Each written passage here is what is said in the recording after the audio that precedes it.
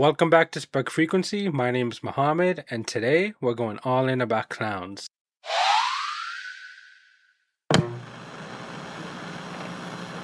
Okay, so here's the thing, right? Clowns are supposed to be funny, right? Big shoes, red nose, balloon animals, the whole deal. These things were literally invented to make kids laugh. So why is it that basically every horror franchise out there at some point eventually ends up putting one in a clown suit? Every single time. So get comfortable because this story's got layers and we're gonna go deep. And I'll be honest with you guys before I get digging into this one. I kind of just figured it was the horror movies that made clowns scary. Like, of course they're creepy, we've all seen it, but nah, turns out this goes way deeper than that. So here's the thing, it's not the shoes, and it's not the honking nose, and honestly, it's not even really the face paint. Not exactly. It's what the face paint is hiding. See, your brain is doing this constantly, every single time you look at somebody, where it's reading their face and going, okay, friendly, angry, bored, dangerous. And it's happening right now, whether you notice it or not. Now, a clown's face, it gives you none of that. It's frozen, it's painted on, and it's the exact same smile whether they're happy, furious, or about to do something you really don't want them to. And to me personally, that sounds kind of sus. So it's not that clowns are mean, it's that you have no idea what they actually are. And that right there, that's coulrophobia in one sentence. And once you get that, a guy named Pennywise, a doll named Twisty, and a silent dude named Art the Clown, who's about to ruin your entire week, all start making a whole lot more sense. Now let's get into it. Okay, so here's the deal. If the fear isn't really about clowns being scary on purpose, then what is it exactly? Now there's a term for this, and psychologists call it the uncanny valley. Now the idea is basically this. The more something looks almost human, but not quite, the more it freaks us out. Freaks us out more, not less. A cartoon isn't scary, right? A real person isn't scary either. But something stuck right in the middle, something in between the two, yeah, that's where your brain starts sending up the flares. Now I want you to think about mannequins. Think about dolls with eyes that are just a little too still. Think, yeah, clowns too. Now here's the part that actually got me because it surprised the researchers too when they sat down and studied this. They figured going in that people are scared of clowns, probably had some traumatic thing happen to them as a kid, right? Bad birthday party, clowns got too close, something like that. But it turns out that's the weakest explanation of the whole bunch. It barely even moved the needle. Now the strongest one by far was not being able to tell what the clown was feeling underneath all of that paint. Now that's it.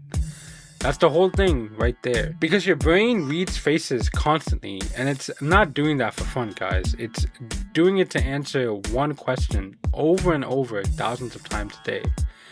And that question is this safe or is this a threat? And a clown's face is locked. That smile is painted on, whether they're happy, angry, plotting something, and you genuinely cannot tell which. So your brain, which really needs all that info to chill out, just gets nothing back. No data, no verdict, nothing. And it hits kids even harder because kids lean on faces way more than we do. They haven't built up the other tools yet. The tone of voice, the body language, all of that. Faces are basically their whole operating system for figuring out if a person is safe. So you take away the one tool that a kid actually trusts and you swap it out for a fixed grin that never changes no matter what? Yeah, no wonder half of them just start screaming. So here's what that leaves us. This fear isn't irrational. It's not silly, and it's definitely not something to be embarrassed about. It's literally your brain doing exactly what it's built to do. It's just running that whole threat detection system on absolutely zero information. And once that door is open, once a face can be that unreadable, well, that's a door that gets used a whole lot more than birthday parties. So if the fear is really about a face you can't read, where do we even get the idea to paint a face like that in the first place? Now clowns are old, like really old. Court fools, dudes on stilts doing tricks at festivals. This goes back centuries. And here's the thing that's easy to miss. For most of that history, the mask wasn't the problem. It was the entire point. You knew exactly what a jester was for, right? He mocked the king, said the stuff nobody else was allowed to say, and he got away with it because everybody had already agreed that that's the role, that's the deal. The paint wasn't hiding anything, the context was doing all the work. You knew the who, so the what's underneath didn't even matter. Same deal with Commedia dell'arte, which, if you don't know, were these Italian street performers with the big exaggerated masks. Everybody in the crowd knew exactly which character was which, just by looking. The mask was informational, not a mystery. So for a long time, clown, fool, jester, whatever you want to call him, that frozen face wasn't scary at all.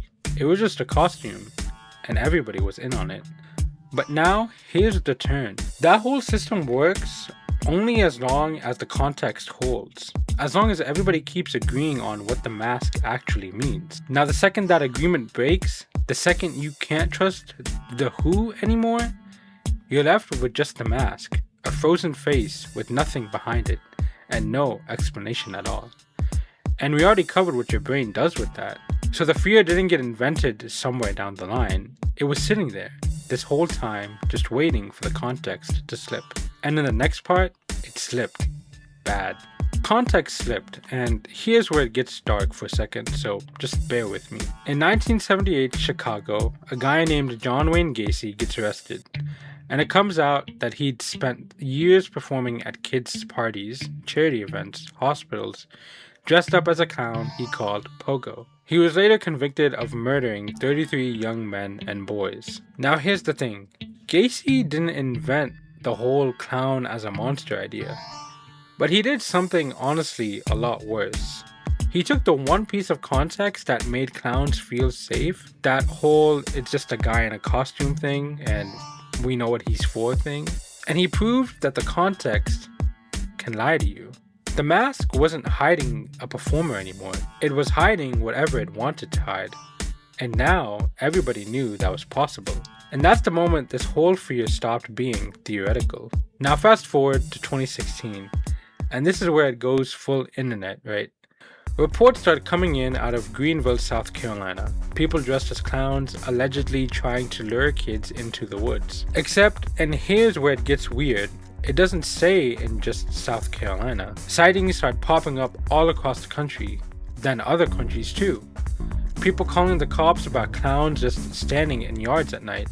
Clowns in your schools, clowns just standing there, not doing anything, just standing. Which honestly, somehow sounds way creepier. And okay, real talk for a second because I actually lived through this one. If you're Gen Z like me, you were a teenager throughout all of this. Do you remember? Because I do. Now, this wasn't just some story your parents told you. This was our Halloween. I remember genuinely thinking twice about trick-or-treating that year.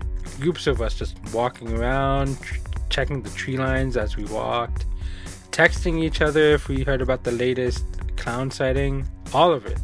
Because the reality is, that was everywhere at the time. Group chats, the local news, and that one cousin who swore his friend's friend actually saw one. And then, nothing. Just crickets. It stopped. No big resolution, no headline that closed the book on it. We all just kind of moved on. And somehow an entire generation collectively forgot about that for one fall. We were all a little bit scared of clowns, hiding in the woods. Which, kind of wild, right? A whole nationwide clown panic, and most of us just filed it under weird year and never brought it back up again. Now, most of these sightings, they turned out to be hoaxes, copycats, kids with a costume, and way too much free time. But here's the part that actually matters. It didn't matter that most of them were fake. The panic spread anyway, full-on moral panic. International news coverages, schools out here banning clown costumes for Halloween over sightings that, in a lot of cases, were never even confirmed to be real. And that tells you something. This fear doesn't need a real threat to spread. It just needs the possibility of one. A shape in the dark that could be wearing a mask. So by 2016, the clown wasn't just a costume with an unreadable face anymore. It was a costume that had already proven at least once that something genuinely dangerous could be underneath it. And once fiction got its hands on that idea, oh boy, it ran with it. So by now, fiction's got everything it needs: an unreadable face, a real killer who actually wore one, and a nationwide panic that didn't even have to be real to spread. All it has to do was pick that up and run with it. So let's start with the obvious one: Pennywise. Stephen King's It, a creature that's been terrorizing this town for centuries. And when it wants to hunt kids specifically, it shows up wearing, you guessed it, a clown suit. Now here's the thing about Pennywise though.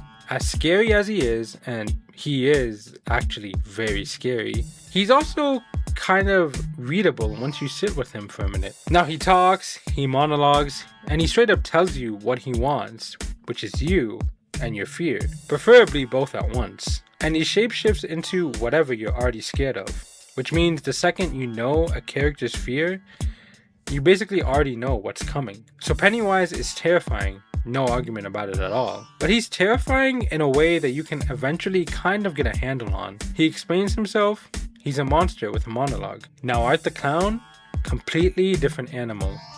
Art doesn't talk at all. Not even once. Not in Terrifier, not in the sequel, not even in the third one. Not ever. No monologue, no motive speech, no let me tell you why I'm doing this. Nothing. And here's why that's so much worse than it even sounds. Now this whole fear, right? This entire thing that we've been talking about, it's built on not being able to read intent. A painted smile that could mean literally anything. No data for your brain to work with. Now Pennywise gives you data eventually. He explains the rules. But Art gives you nothing. Ever. You don't get to learn what he wants, why he picked you, or what would even make him stop. There's no negotiating with a silent guy in clown makeup, because negotiating means he's gotta want something you can actually understand, and you have no idea what that is. He's just there, committed to a bit in the worst possible way, fully in character the entire time, and the character is a complete unknown. And honestly, that's the purest version of the fear we started this whole video with. Not a monster with a plan, not a killer with a motive you could just Google. Just a face that never changes, doing whatever it wants and never once telling you why. And here's the thing, that's exactly why it works better than Buckets of Blood ever could. You don't need Art to do anything crazy. You just need him to stand there, turn his head a little, smile a little wider. The silence is the scare. The stillness is the scare. So we didn't invent this fear when we started making horror movies about clowns. We just finally built the character that matched it. So back to the question we started this with. Why clowns? Not because they're mean, not because of one bad birthday party, and not even really because of Gacy or 2016 or any single one thing that happened. It's because somewhere in your head, there's this system whose entire job is reading faces and answering one question: safe or not safe? And the clown is the one face that system can just never get a clean read on. Now that's not a flaw in you, and that's not something to be embarrassed about the next time you side-eye the dude twisting balloon animals at a birthday party. That's just your brain doing exactly what it's built to do, running on zero information and treating zero information as a reason to worry. So the next time you feel that little drop in your stomach when a painted smile turns your way, that's not irrational. That's just very, very old. Alright, so that's the clown thing. And look, I'll be honest with you guys, going into this one, I really figured it basically read itself. Gestures, Pennywise, haha, clowns are scary because horror movie said so. Done. Easy video. But in all honesty, the actual research kind of got me on this one, not gonna lie. That whole thing about the hidden emotional signal, your brain just not getting an answer back, that's not some cute clowns or spooky explanation. That's a genuinely unsettling piece of how we're literally wired. And honestly, writing that 2016 section messed me up a little bit. I forgot how real that whole year actually felt until I sat down and really thought about it again. Kind of wild that we all just quietly agreed to forget about it. Anyway, if this got under your skin even just a little bit, then good. That's kind of the whole point. Now drop a comment down below if you remember 2016, because I need to know that I wasn't the only one out there checking the tree lines. So yeah, it turns out the fear was never really about the shoes, or the nose, or the balloon animals. It's about a face you could never quite read, and a brain that was never built to just let that go. Now that's all for this one. Thank you guys so much for watching. If you're new here, welcome to Spec Frequency, where we go looking for the things that don't want to be found. If you are a returning viewer, thank you guys so much for your support. Please continue to like, comment, share, subscribe, as that really helps us out here at Spec Frequency.